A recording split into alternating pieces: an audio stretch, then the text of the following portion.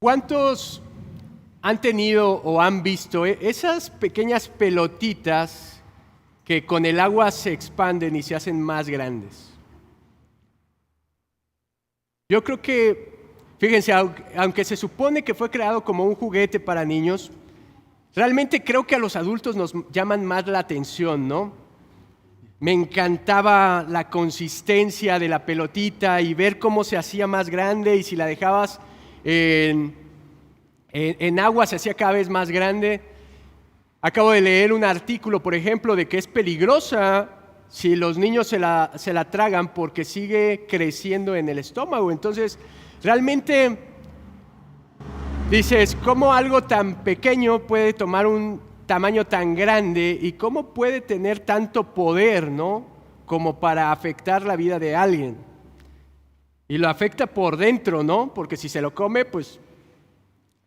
¿Y sabe que el reino de los cielos es igual? Yo cuando trataba de pensar en algo como lo que Jesús habló, me imaginaba estas pelotitas y dije, el reino de los cielos es parecido. Y es precisamente el tema que hoy vamos a ver. Acompáñeme por favor a Mateo capítulo 13.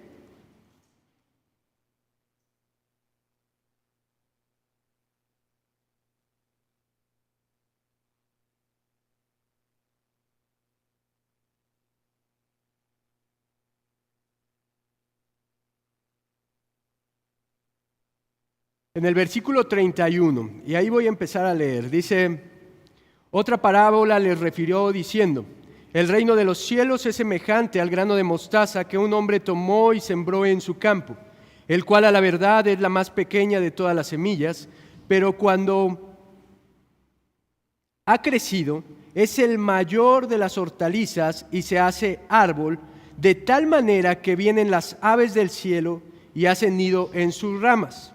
Versículo 33, otra parábola les dijo, el reino de los cielos es semejante a la levadura que tomó una mujer y escondió en 3 medidas de harina hasta que todo fue leudado.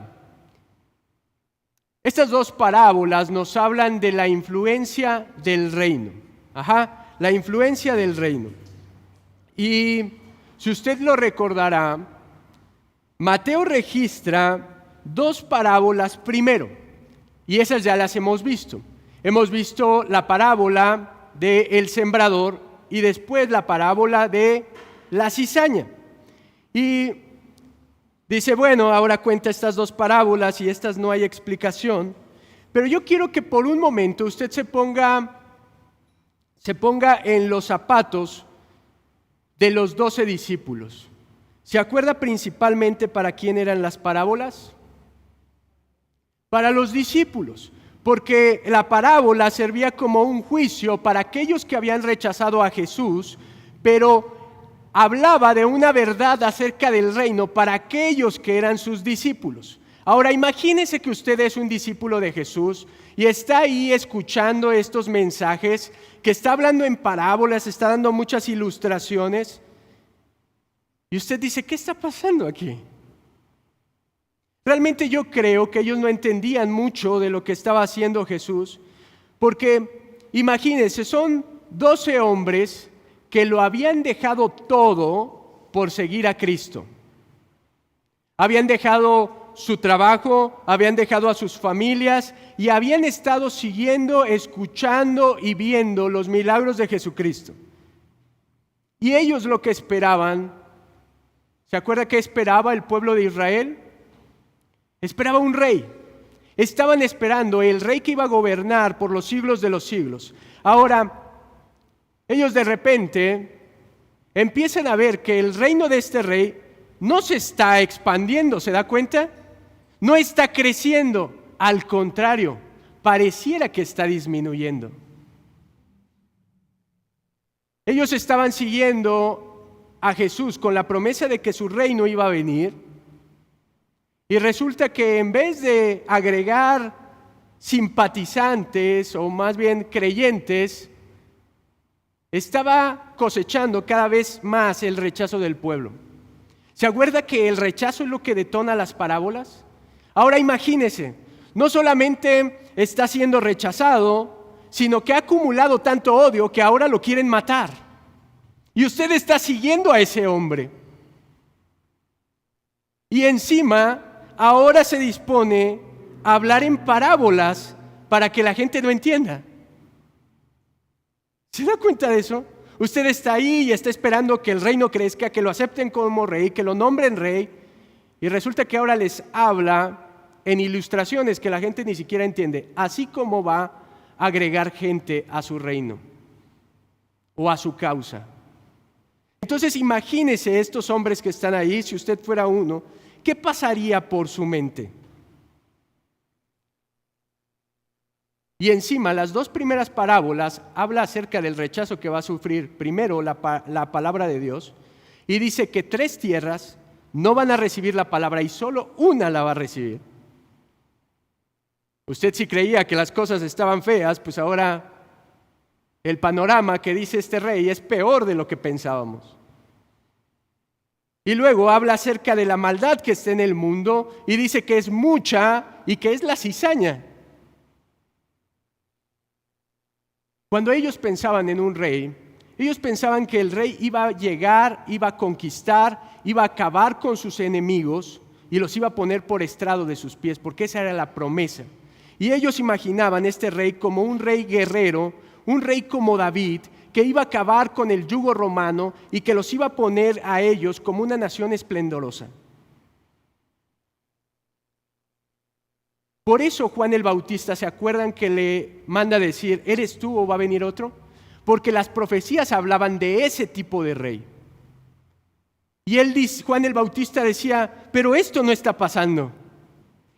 El rey que vino es un rey que está ofreciendo un reino, pero no está acabando con sus enemigos, no está acabando con los malhechores. Y yo creo que esa misma pregunta daba la vuelta en la mente de los discípulos. Y por eso la parábola de la cizaña les dice, este no es el tiempo del juicio. El juicio va a venir después. Ahora imagínese el panorama. ¿Cuántos de aquí les darían ganas de ante tal bosquejo regresarse a su casa y decir, mejor me dedico a lo que me dedicaba antes? Mejor cuando venga en su reino, que fue postergado, pues me hablas y vengo. Pero él cuenta ahora estas 2 parábolas con un carácter positivo acerca del reino. Si las 2 primeras parábolas hablaban de cosas que a lo mejor no serían tan esperanzadoras, ahora él cuenta estas 2 parábolas para darles aliento, fe y esperanza a sus discípulos. Y yo le dije que estas 2 parábolas hablan acerca de la influencia del reino y su destino. Y hay 2 características que me enseña cada una de las parábolas. La parábola de la mostaza me enseña la capacidad del reino, es decir, el poder que tiene el reino. La parábola de la levadura me enseña la influencia que tiene el reino, es decir, su profundidad. Ahora, permítame tratar de explicarle lo que estas parábolas de Jesús tratan de darnos a entender. En el versículo 31 dice, otra parábola le refirió diciendo, el reino es semejante a un grano de mostaza que un hombre tomó y sembró en el campo. Tenemos un grano, otra vez la agricultura, y dice que toma ese grano y lo siembra. Ahora, el versículo 32 dice, el cual a la verdad es la más pequeña de todas las semillas, pero cuando ha crecido es la mayor de las hortalizas. Y esa es la característica o lo que quiere resaltar Jesús, la capacidad que tiene una semilla de mostaza. Yo comenzaba la predicación diciéndole acerca de esas bolitas y las conocía, y es semejante, ¿no?, a lo que Jesús está relatando aquí. Déjeme decirle que una semilla de mostaza mide alrededor de 1 milímetro de diámetro. ¿Alguien ha visto las semillas de mostaza alguna vez? Agarras un chorro de semillas con tu mano, porque tienen un tamaño muy diminuto, pero ¿qué creen? La capacidad es que cuando usted la planta, a la hora que da fruto, da un fruto de un arbusto alrededor de 1,20 m. La capacidad que tiene de multiplicar su tamaño es 1,200 veces. Es impresionante. Y es lo que resalta Jesús de esto. ¿Qué capacidad tiene esa semilla? Y dice, la misma capacidad es la capacidad que tiene el reino. Es como diciendo, no se desesperen, no pierdan la fe. ¿Por qué? Porque el reino tiene esa característica, como el grano de mostaza. Ahora, muchos debaten aquí de si en realidad es preciso Jesús cuando está diciendo que es la más pequeña de las semillas. Porque no es la más pequeña de las semillas, hay otras más pequeñas como el tabaco, pero resulta que el tabaco no se cultivaba en los tiempos de Jesús. Y lo que está resaltando mi hermano, mi estimado, no es el tamaño, sino la capacidad que tiene. Y todo mundo utilizaba de los rabinos, de los maestros, el grano de mostaza como un proverbio. Y Jesús está utilizando proverbios que ellos identificaban para enseñarles una verdad acerca del reino. Y es que el reino de los cielos puede empezar como muy pequeño, pero tiene la capacidad al final de ser muy, muy grande. Algunos también critican la parte en el versículo 32 donde dice, es la mayor de las hortalizas y se hace árbol, de tal manera que vienen las aves del cielo y hacen nidos en sus ramas. Y dicen, eso no se convierte en un árbol, es un arbusto en realidad, es un arbusto grandote, eso no es un árbol. Pero déjeme decirle algo. En las tierras del oriente, resulta que la mostaza sí tiene la capacidad de convertirse en una planta de alrededor en Palestina, en un árbol de 5 o 6 metros. Y esto es precisamente lo que tenía en mente Jesús.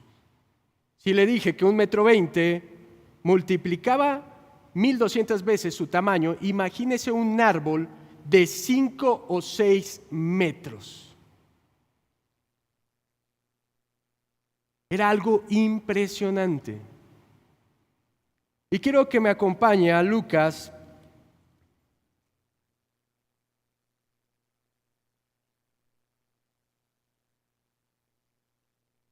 capítulo 17,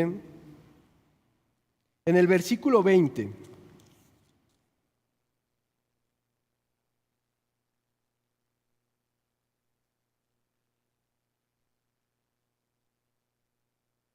Dice, preguntado por los fariseos, ¿cuándo había de venir el reino de Dios? Le respondió y dijo, el reino de los cielos no vendrá con advertencia, ni dirá, helo aquí o helo allí, porque he aquí el reino de los cielos está entre vosotros.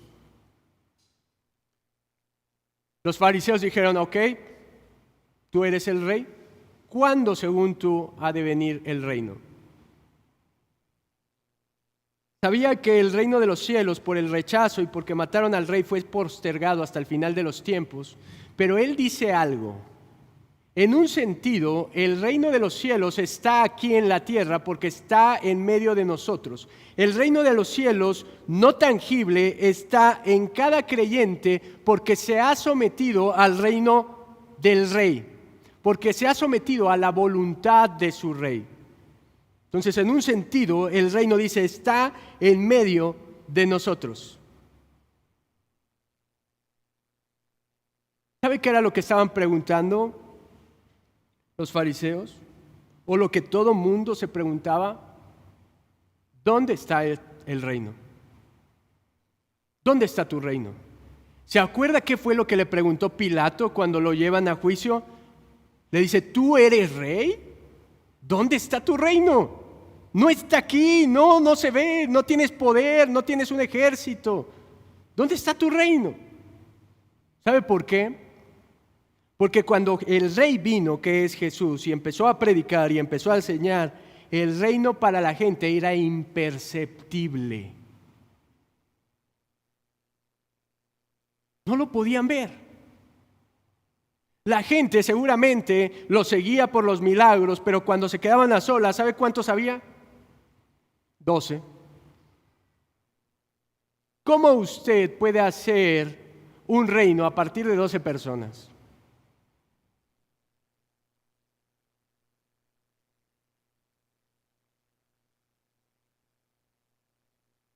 ¿Cómo usted es una nación si solo tiene 12 personas? Si usted lo recuerda, cuando los manda a predicar de 2 en 2, ¿cuántos eran? ¿Cuántos discípulos manda?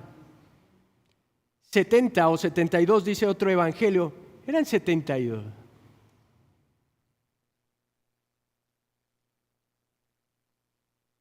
La pregunta es, ¿dónde estaba tu reino?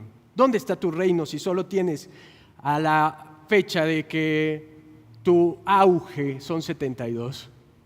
Y después de eso lo matan. Y sabe, después cuando Él resucita y se encuentra a los discípulos que habían huido y se reúnen en los aposentos altos, ¿tiene idea de cuántos dice Hechos, capítulo 1, versículo 15 que había?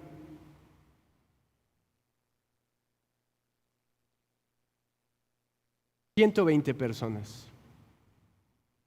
120 personas.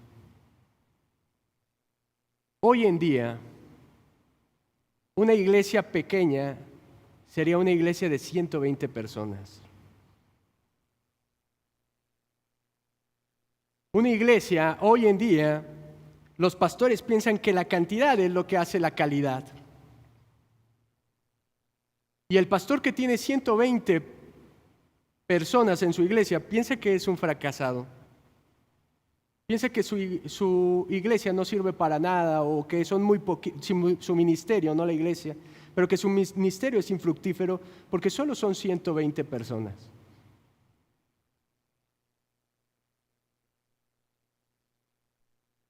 ¿Qué puede hacer con 120 personas? ¿Qué puede mover con 120 personas?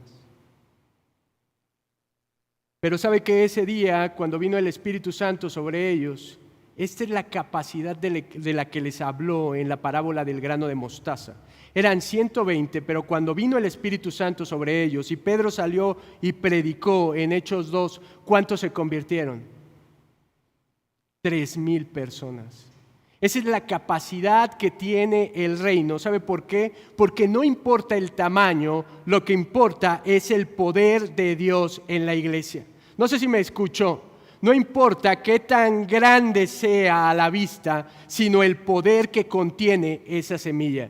Y ese día, nunca en los 3 años se habían convertido 3,000 personas, pero cuando estuvieron llenos del Espíritu Santo, salieron, predicaron, estuvieron dispuestos a dar su vida y 3,000 personas se convirtieron. ¿Sabe? Esto es muy alentador para nosotros.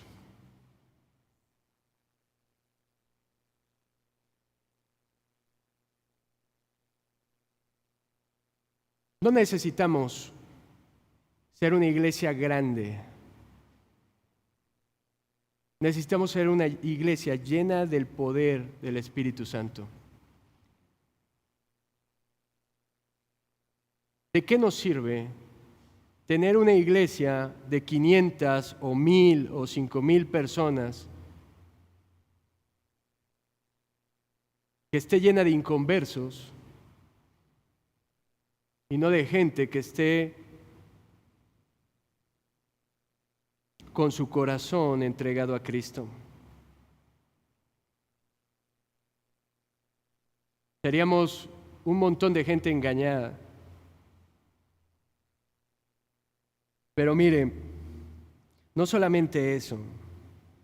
Para nosotros es alentador porque es una iglesia que va empezando y somos poquitos. Y yo estoy seguro que si nosotros estamos llenos del Espíritu Santo y de su palabra, Él va a añadir a los que van a ser salvos. ¿Usted lo cree? Pero mire, quiero hablarle en lo individual, porque esta es la parte más importante. ¿Sabe por qué la parábola es tan alentadora para nosotros? ¿Sabe por qué es tan alentadora? Porque esta parábola me da a entender que no importa quiénes somos como personas. No importa qué tan pequeños nos vemos ante la sociedad.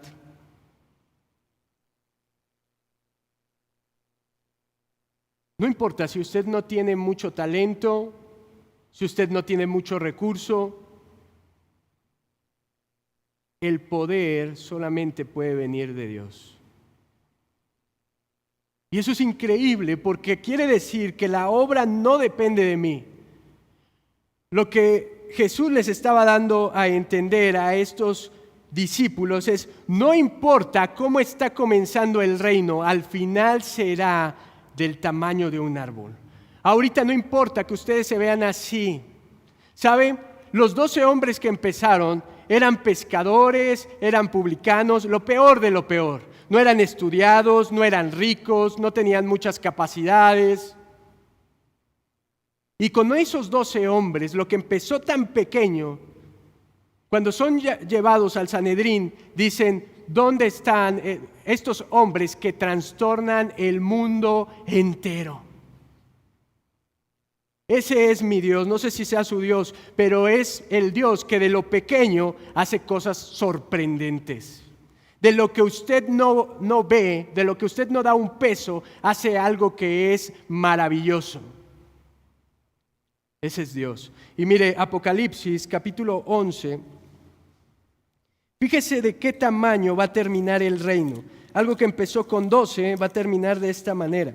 Apocalipsis 11, versículo 15 dice: el séptimo ángel tocó la trompeta y hubo grandes voces en el cielo que decían: los reinos del mundo han venido a ser de nuestro Señor y de su Cristo, y Él reinará por los siglos de los siglos.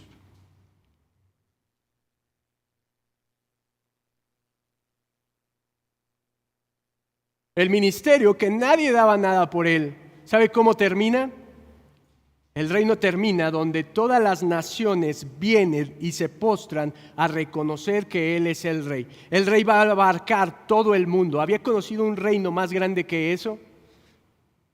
Usted piensa en los babilonios, piensa en los medopersas, piensa en Grecia, piensa en Roma. Ningún reino ha sido tan grande como será el reino de Jesucristo. Algo que empezó como una semilla de mostaza va a terminar como el más grande de los árboles. Ahora, mire, no solamente dice eso, sino que agrega que las aves del cielo van a venir y a hacer sus nidos. Ahora, ¿qué es lo que quiere decir? Muchos se han cuestionado qué son las aves, pero si Jesús no lo explicó, no importa. Lo que importa es la cualidad que tiene. Usemos la lógica un poco. Si usted tiene un árbol y usted fuera un ave, ¿dónde haría su nido? En el árbol que usted ve más fuerte, más frondoso y que tiene más frutos. Por eso las aves hacen su nido ahí, porque va a resistir el nido para sus polluelos y les va a dar alimento. Y escuche, eso es el reino de los cielos en el mundo.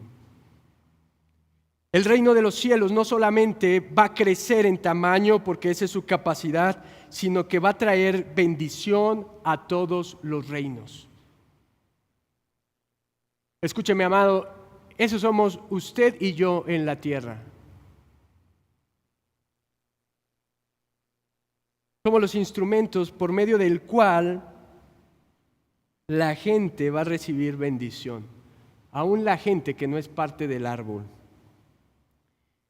El reino es bendición para todos. Cuando los hijos del reino viven en obediencia, la gente de alrededor es bendecida. ¿No es cierto que el mundo se beneficia cuando los hijos del reino llevan a cabo su palabra? ¿No es cierto que el mundo incrédulo es beneficiado por lo que es la palabra? ¿Sabe que la Biblia son los estándares más altos de moral que pueden existir? Muchas de las leyes y las constituciones están basadas en la ley de Dios. Es la más grande justicia que usted puede encontrar, la que tiene en la Biblia. Es el trato más digno para todo ser humano. Es el trato digno para la mujer, para la esposa, para los niños, para los huérfanos, para las viudas. ¿Se da cuenta de eso?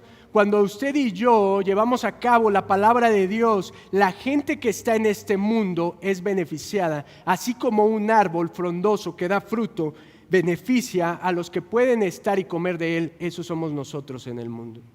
Ese es el poder que tiene el reino de Dios. Y permítame mostrarle ahora la influencia. Él les refiere otra parábola diciéndoles esto.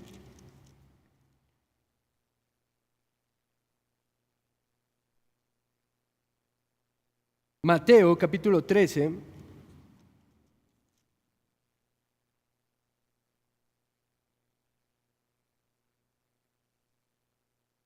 versículo 33, otra parábola les dijo: el reino de los cielos es semejante a la levadura que tomó una mujer y escondió en 3 medidas de harina hasta que todo fue leudado. Ahora, él vuelve a utilizar una imagen que era muy común en el hogar judío. Esta imagen era la de una mujer cocinando para su casa. ¿Y sabe qué era uno de las comidas favoritas o de lo que más cocinaban? Era el pan. ¿A cuántos les gusta su pan, su bolillito, su baguetcito? Mire, ya hasta les estoy dando hambre, ya ven cómo son. No me habían puesto atención en toda la demás prédica y nada más empecé a hablar de comida y se emocionaron. Pero las señoras hacían su pan y déjeme decirle el proceso porque era muy interesante. Ellas amasaban la masa, ¿en serio? Y tomaban una porción y la guardaban. Ahora, esa masa al pasar el tiempo se añejaba, se fermentaba. Yo sé, lo mismo pensé yo, lo misma cara hice yo. Y después, cuando iban a volver a cocinar un pan, agarraban masa nueva, hacían la masa y tomaban el pan, la masa añejada y la metían en medio de la masa nueva. ¿Sabe para qué? Para que esa masa que estaba añejada, que es la famosa levadura, permeara, es decir, tuviera una influencia sobre la masa nueva y entonces lo que hacía es expandir su tamaño. Y no solamente expandía el tamaño, sino que le daba un mejor sabor y consistencia. El carácter por el cual habla Jesús esta parábola de la levadura es algo positivo. El pan era más grande, más suave y de un mejor sabor. Y es precisamente lo que dice aquí.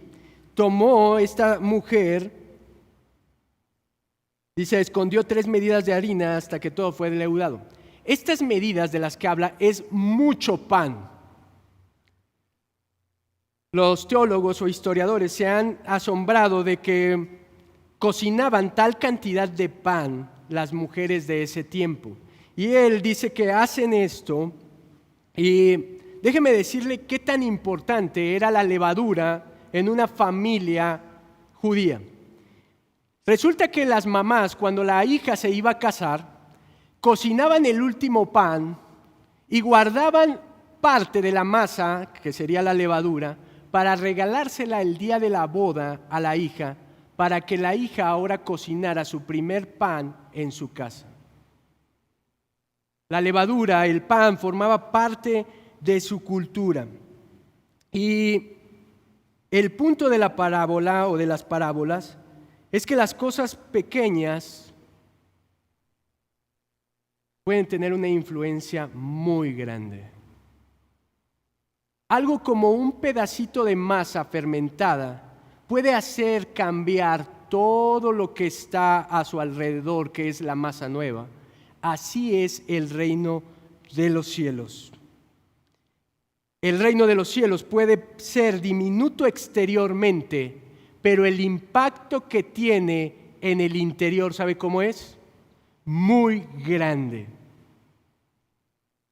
Eso es lo que dijo Jesús. ¿No es cierto? La masa grande es el mundo, las porciones son el mundo, y nosotros estamos puestos para permear el mundo. Mire lo que dice Juan, capítulo 17.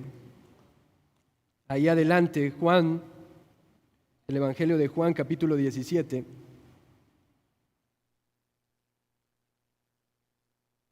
Versículo 14.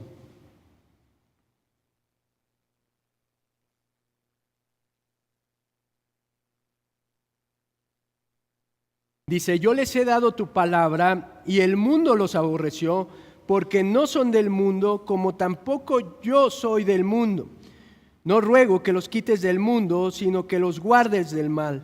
No son del mundo como tampoco yo soy del mundo. Santifícalos en tu verdad, tu palabra es la verdad. Escuche, mi amado, no somos de este mundo. Vivimos aquí, nos movemos aquí, trabajamos aquí, hacemos las cosas que hace la gente. Pero nuestra última nacionalidad es la nacionalidad del reino de Dios. Nosotros pertenecemos al reino de Dios y somos puestos aquí como mexicanos, guanajuatenses, celayenses, o tenemos muchos de la Ciudad de México, así es que también los amamos. No importa, Dios ya los perdonó. Pero la influencia, lo importante no es que estemos aquí como adorno. Lo importante es que fuimos puestos aquí para permear el mundo completo. ¿Y sabe cuándo lo vamos a permear?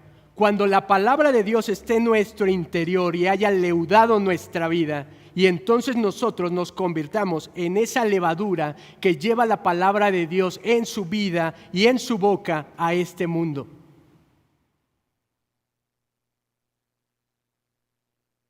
Mi amado, esta es una gran tarea, pero es tan esperanzadora, porque el efecto que tienen los cristianos en este mundo es muy positivo, muy positivo. No estamos cumpliendo algo inútil aquí, sino cuando nosotros nos presentamos como hijos de Dios, nosotros podemos hacer que grandes cosas sucedan por el poder del Espíritu Santo en nosotros. Mire esto, Primera de Corintios. Le voy a poner ahí un ejemplo, Primera de Corintios, capítulo 7,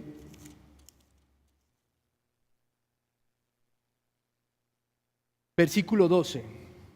¿De qué manera usted puede influenciar este mundo? Primera de Corintios 7:12 dice, y a los demás yo digo, no al Señor, sino a algún hermano tiene mujer que no sea creyente y ella consiente en vivir con él, no la abandone.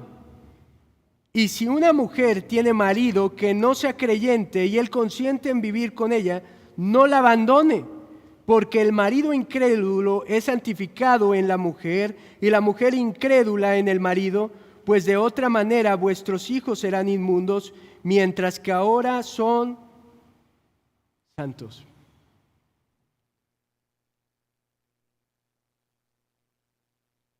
Déjeme explicarle esto. No quiere decir que cuando la familia es incrédula y yo soy creyente, si yo estoy en medio de esa familia, todos son salvos. Así como si fuera arte de magia, porque no son salvos nadie por obras. Lo que está diciendo, fíjese aquí, ¿sabe por qué será ganado el marido incrédulo por la mujer creyente? Por lo mismo que dice la parábola de la levadura, por la influencia que tiene en su hogar. Alguien que es creyente y está en su casa, ¿sabe qué efecto tiene? Permea.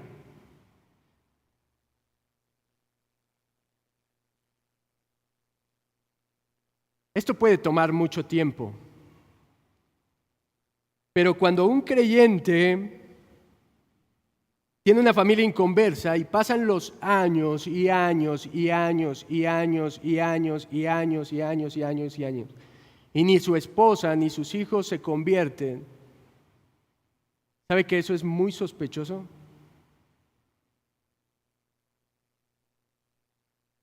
Porque la palabra dice que el creyente lo que hace es tener una influencia poderosa sobre todos aquellos que están a nuestro alrededor. ¿Sabe por qué no hemos ganado más personas para Cristo?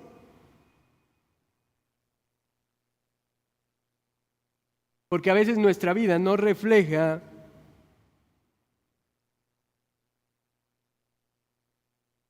lo que deberíamos de ser. A veces nos escondemos, nos avergonzamos. Mire, mi hermano, no se trata de hablar mucho. No se trata de hacer algo. El religiosismo basa todo en lo que usted hace. Pero lo que usted hace solo es un reflejo de lo que hay en su interior. Lo que hace es reflejo de lo que usted es. Y lo más importante es lo que usted es.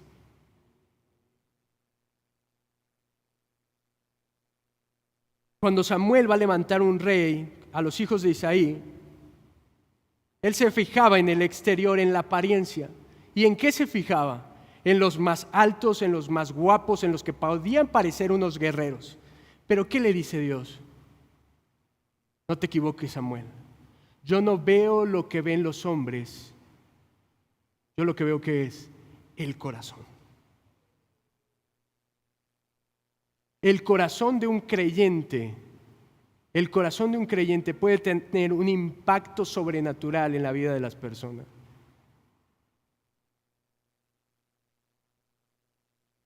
Iglesia, nuestro religiosismo no va a ganar a nadie para Cristo. ¿Me está escuchando? Nuestro religiosismo no gana a nadie.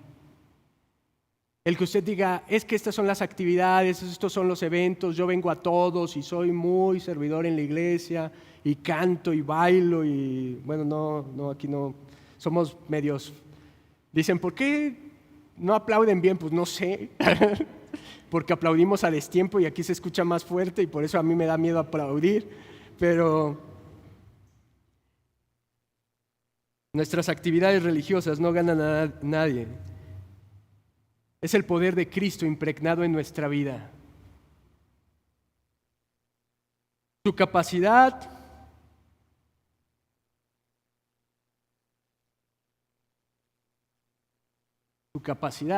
su carisma, puede hacerlo muy famoso, lo puede hacer agradable ante las personas, pero no gana a nadie para Cristo. ¿Sí me escuchó? Si su afán es ser famoso, piensa, es que yo cuando sea influencer, así, cristiano, obviamente, voy a ganar a muchos para Cristo, eso no gana a nadie para Cristo.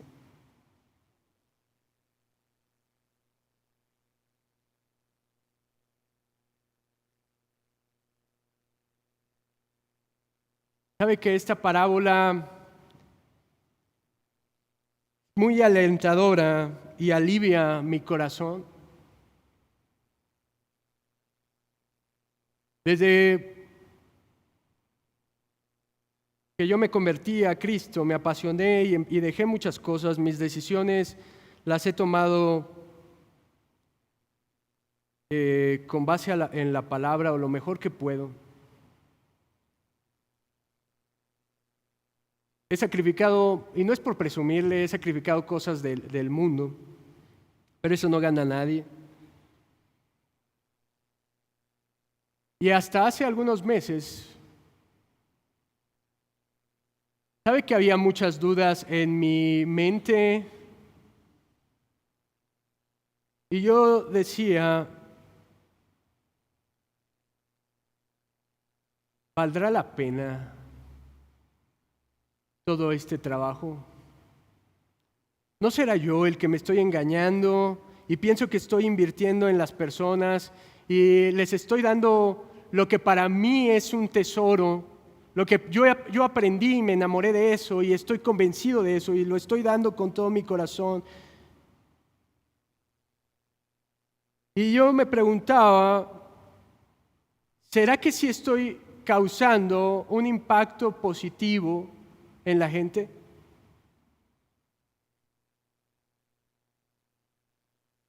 Mi carne me decía, si predicaras tan bien, tendrías cientos de personas en la iglesia. Ya ve cómo es el diablo luego.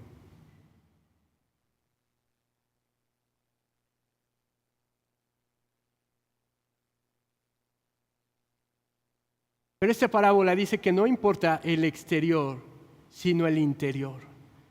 ¿Sabe cómo nota que una iglesia está creciendo?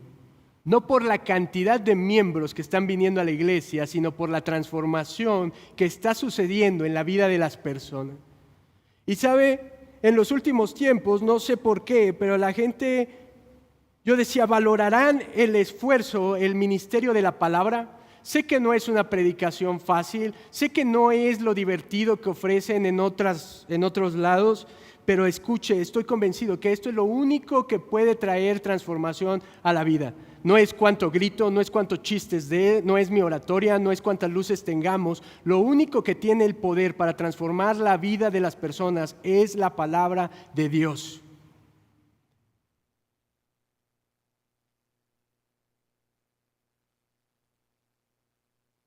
Y yo doy gracias a Dios porque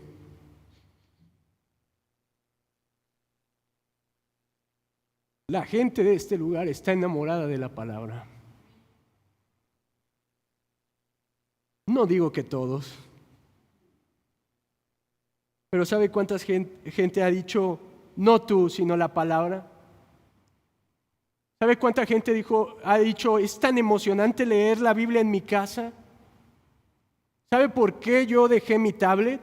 Porque los pastores hemos contribuido a hacerle pensar a la gente que no necesita leer esto.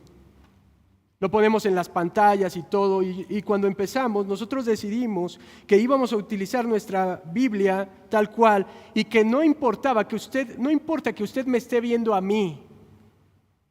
¿Sabe qué es el deseo de mi corazón? Que usted esté viendo el texto. Yo no lo puedo salvar, yo no puedo traer nada a usted. Lo único es traerle la palabra de Dios. Y cuando la gente, eso permea su corazón, entonces empieza a causar una transformación grande en su vida y en la vida de los que los rodean.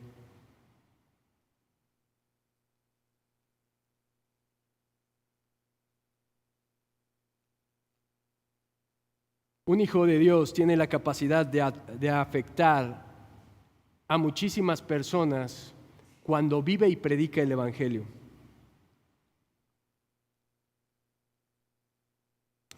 Mi amado, si usted es creyente, usted tiene que leudar la masa. No porque usted diga, me voy a poner a leudar la masa. No porque usted diga, tengo una gran capacidad, no necesita ser famoso, político, millonario. Lo único que necesita es tener la palabra de Dios en su vida. Y cuando la tenga y la viva, usted va a ver que las pequeñas cosas en las manos de Dios producen grandes cosas. Que algo que comenzó pequeño va a crecer de una manera sobrenatural. ¿Qué le quiero decir con esto para finalizar? ¿Cómo deberíamos usted y yo responder a estas dos parábolas que nos ha dado Jesús?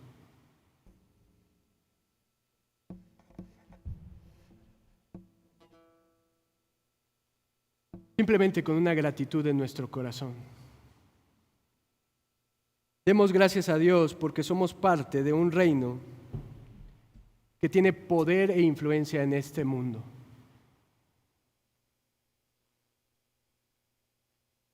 Demos gracias a Dios porque somos el instrumento que Él va a utilizar para permear este mundo. Y mi amado, viva amando a Dios y su palabra. Jesús lo dijo, ni las puertas del Hades prevalecerán en contra de su iglesia. No importa cuántos seamos, sino cómo vivimos.